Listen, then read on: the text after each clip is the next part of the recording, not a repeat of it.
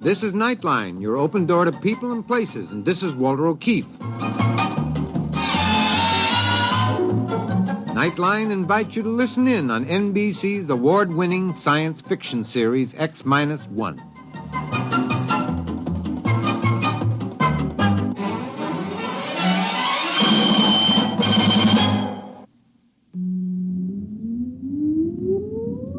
Countdown for blast off. X-5, 4, 3, 2, X-1, fire.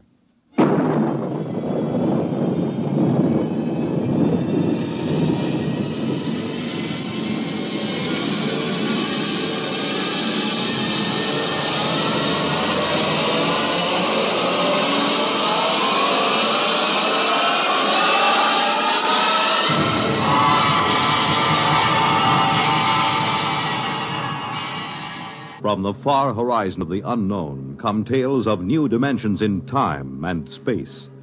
These are stories of the future, adventures in which you'll live in a million, could be years, on 1,000 maybe worlds. The National Broadcasting Company, in cooperation with Galaxy Science Fiction Magazine, presents X-1.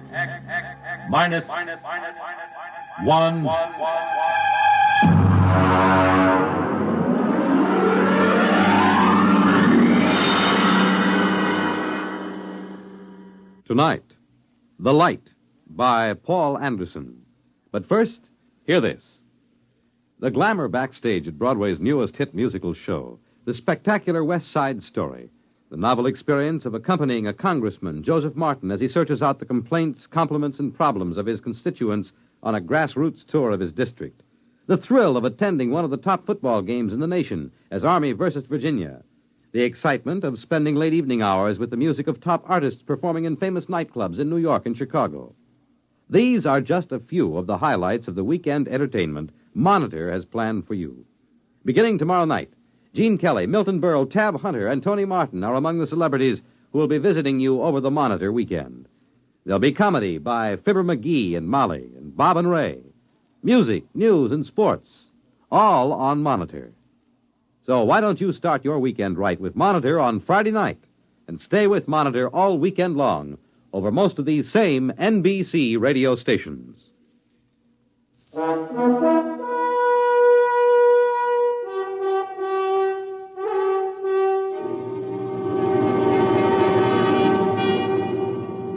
Now, X-1, and tonight's story, The Light. You really should feel highly honored, Professor. You're the only person I've been allowed to tell this to. And, of course, there's a good reason why you're being permitted to hear it. Why? I think you'll see why before I've finished. We're not a gang of power-nutty militarists, you know that. Personally, I'd like to tell it to the whole world, but it could very well touch off a war, and a war would mean the absolute end of civilization. There's one thing you should understand right from the start. Just because I know enough math and physics, just because I could pass the most rigid physical exam ever devised, doesn't mean I don't know anything about culture and art. When they picked me for the three-man crew for the first landing on the moon, they were a little condescending about that side of my background. Baird, the skipper, and Hernandez, the engineer, the other two members of my team, were a little leery of me just because I could talk about art every now and then. They needn't have worried. Once we left the space station and got into orbit, we didn't have much to do for several days but talk. Look at it. From this distance, you'd swear the Earth was uninhabited. It's hanging like a big sapphire in the inky black. Poetry. Don't you ever quit spouting it.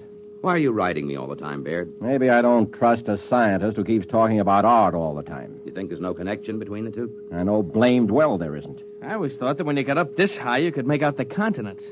I can't tell where the sea ends and the land begins. It's the clouds lying all over the surface that make it so tough. I think that's Russia coming into view, isn't it, Skipper? According to the orbital schedule, that should be Siberia emerging from the Terminator right about now. Are they watching us, I wonder? Why not? They've got a space station of their own with good telescopes on it. Yeah, and I'll bet they're hoping that we smack into a meteor. Maybe they don't have to hope. Maybe they've already arranged an accident. I doubt it, Baird. They wouldn't risk sabotaging us. Not on a trip like this with the whole world watching. Because it might start a war? Don't make me laugh. Nobody's going to start shooting when they know the whole world will go up in smoke just to avenge 3 spacemen and a $10 million hunk of ship. Ever hear of chain reaction? One sharp diplomatic note might set off the whole thing. You think our own government would be sending us to the moon if there were any military advantage to be gained from it? Then what's the idea? Why are we doing this? Prestige. Yeah. They put up the first satellite, built the first space station. Now we've got to be the first man to step on the moon, or the rest of the world will start looking on us as a second-rate power. You make it sound like some kind of game. Oh, it is, Hernandez. The deadliest game mankind ever played. One false move, and bang, the whole world goes up in a mushroom cloud. How long will it go on? That's what gets me. As long as there's a balance of power. But let one side, Russia or us, find a really new concept, something the other side doesn't even dream about, and it'll be all over. Suppose they find it before we do. That'll be too bad for us. The Cold War will be over, and so will we. Why don't you shut up, the two of you? You both talk too much. It was the wrong thing to say, I knew, out there in the great quiet night. We shouldn't carry our little hates and fears and greeds out beyond the sky and into space. Or perhaps the fact that we can be burdened with them and still reach the moon shows that man is bigger than he knows. I couldn't say. Anyhow, as the whole world knows, we made it. Our landing site hadn't been chosen exactly, but as you know, Professor, we came down at the foot of the lunar Alps, not far from the crater Plato. We felt no sense of pioneering when we touched down. We were tired and tense. It was merely a hard, breakneck job.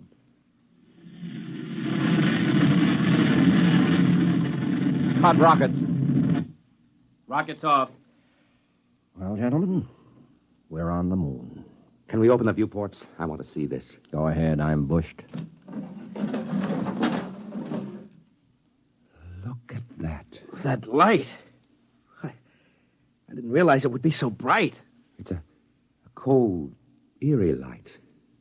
It's not like our deserts on Earth. They aren't as bright or as dead. All right, that's enough gawking. Our orders are to draw lots to see who's first on the moon. All right, Hernandez, you draw first. Well, Professor, we drew lots. And, of course, everyone knows who won. I did.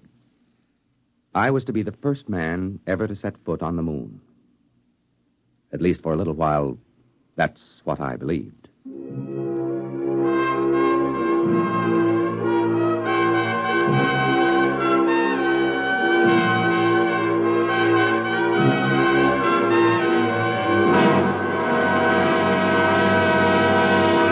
You're listening to The Light, tonight's attraction on X-1.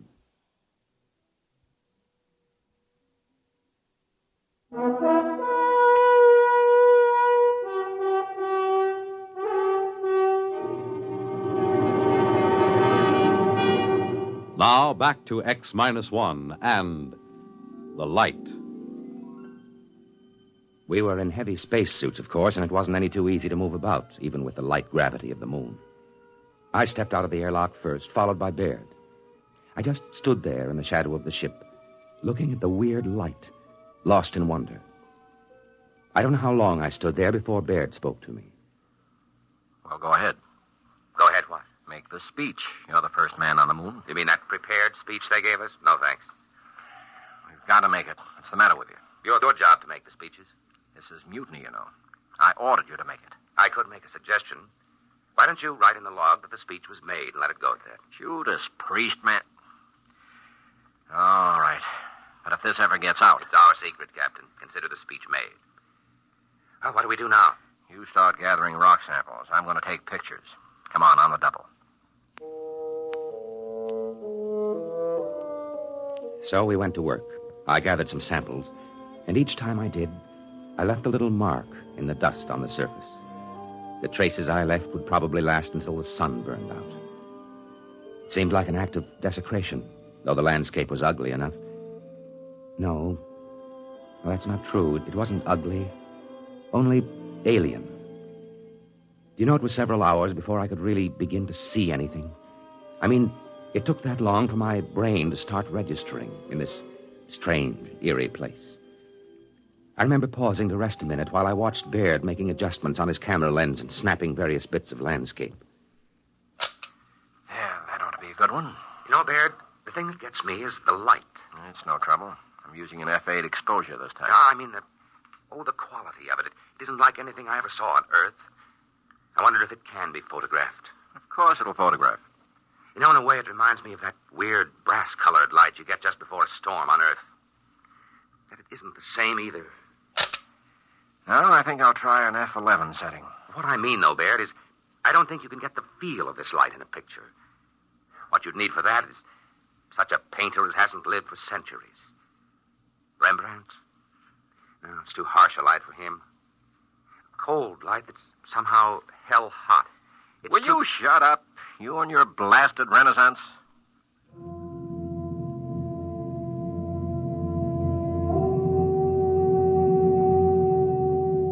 Well, I suppose Baird had a point. This was hardly the place for a chat about art. We went back to the ship after that, had a meal and a nap before setting out for more explorations. We decided to take a look at the Plato crater, and conditions were right for it, so we set off. All three of us this time. I won't describe the walk in detail. I can't. It wasn't simply the landscape and the lighting. On the moon, your weight is only 1/6 as much as it is on Earth, while the inertia remains the same. It feels almost like walking underwater, but you can move very fast once you get the hang of it. After a while, we reached the crater wall, climbed it, and stood looking down. Then Hernandez saw something and let out a yelp that almost split my ear when I heard it on the speaker in my helmet. Hey, look! What's the matter? What happened? There, in the floor of the crater, that mist. Yes, I see. Then they were right. Who?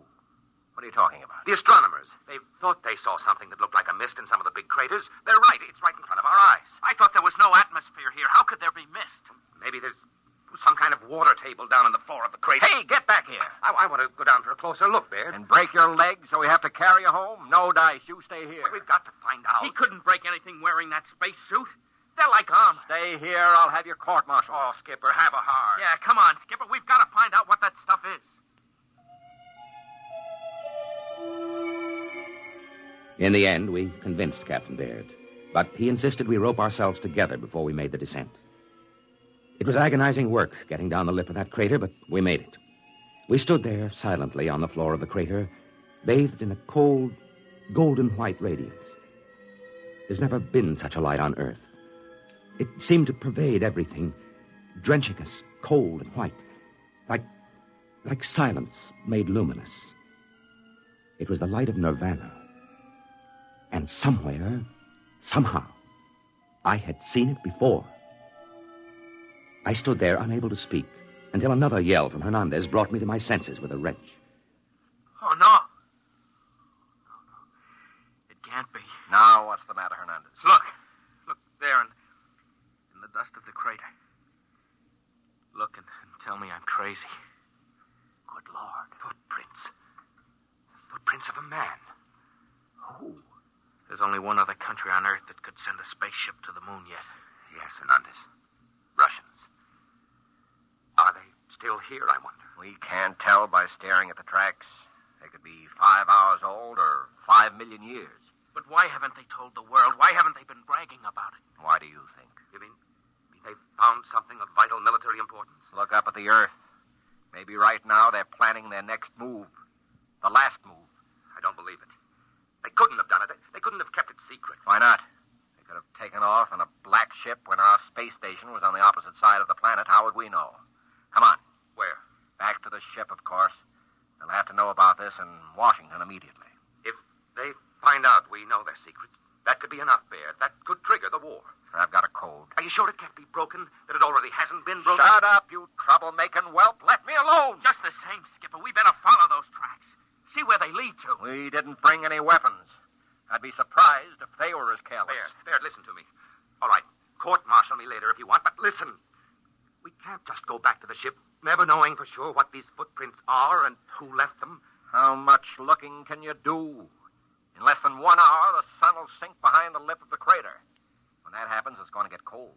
Colder than anything you've ever imagined. I've got a heating unit in my suit. Good for 20 minutes at the most against a cold like that. Barely time to get back to the ship. All right. I'll take the chance and get back in time. But let me follow those footprints, Baird. It's your duty to let him, Baird. All right, permission granted. God help you.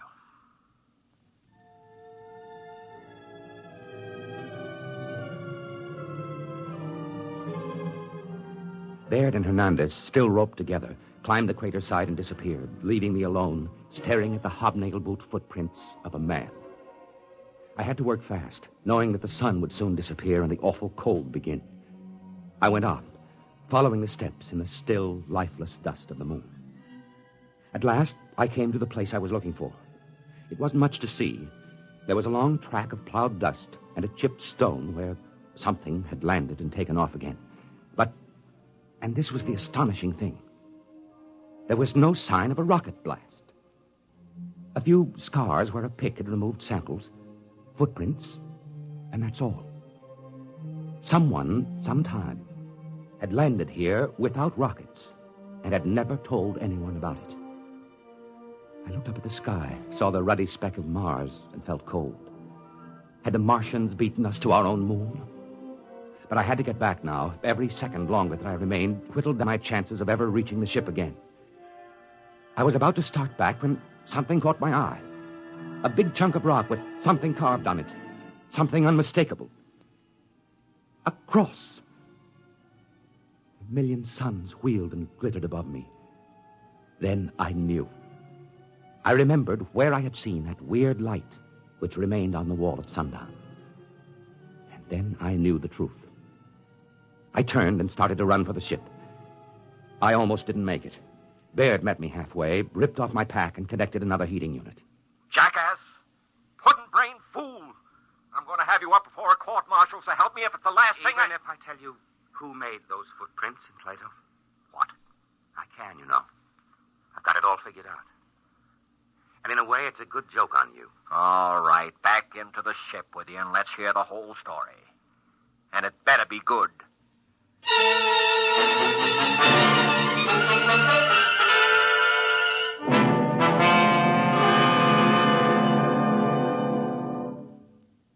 Of course, intelligence has been working night and day ever since we returned and made our report. They know we were telling the truth. And that's why you've been drafted, Professor. We're going overseas together, you and I. Officially, we're tourists.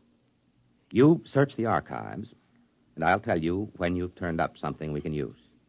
Oh, we'll find it. We'll find something. It couldn't have been done by rockets, you see. Even if the physics had been known, which it wasn't. The chemistry and metallurgy wasn't there. But there was something else. Anti-gravity? Maybe. Whatever it is, when we find it, the Cold War will be over and we'll have won. You don't get it? Professor, I'm shocked and grieved. You're a historian, a cultured man. All right, then. Our first stop is the National Gallery in London, where there's a painting called The Virgin of the Rocks. In that painting, you'll see a light, cold and pale and utterly gentle. A light which never shone on Earth. A light playing over the mother and child. And the artist, Professor, but of course you know the answer now. The artist was Leonardo da Vinci.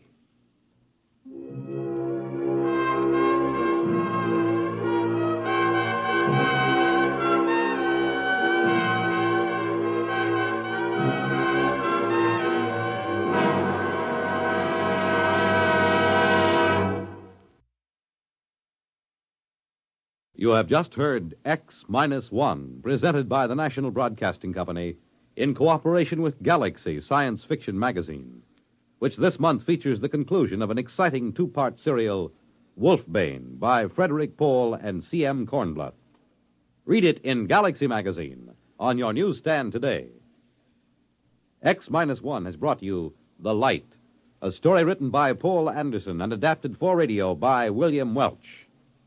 Featured in our cast were Carl Weber as the narrator, David Kerman as Captain Baird, and Bob Hastings as Hernandez. Your announcer, Fred Collins. X-1 was an NBC Radio Network production.